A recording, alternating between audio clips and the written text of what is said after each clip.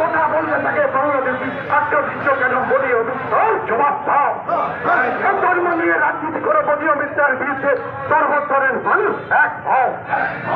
দেশের সংবিধানকে রক্ষা করতে লাল ঝান্ডা রাজপথে মোদী অমিত শাহ হুঁশিয়ার।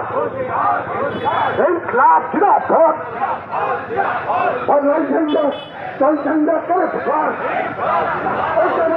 রাজপথে মোদী অমিত শাহ হুঁশিয়ার। দেশের সংবিধানের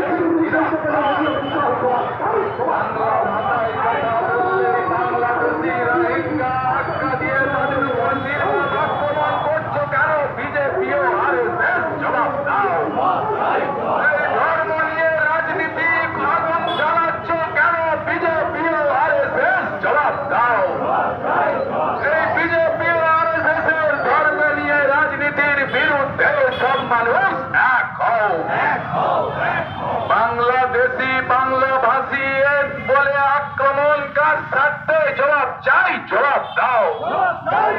বাংলাভাষী কথা বললেই বাংলাদেশি রোহিঙ্গা আখ্যা দিচ্ছ কেন বিজেপিও আরএসএস জবাব দাও।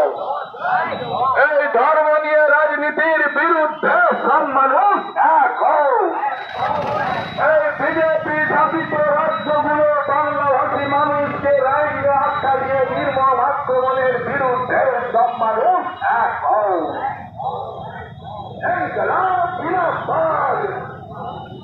ভারতের দলের পথে মাছ বাকি সিপিআইএম জিন্দাবাদ।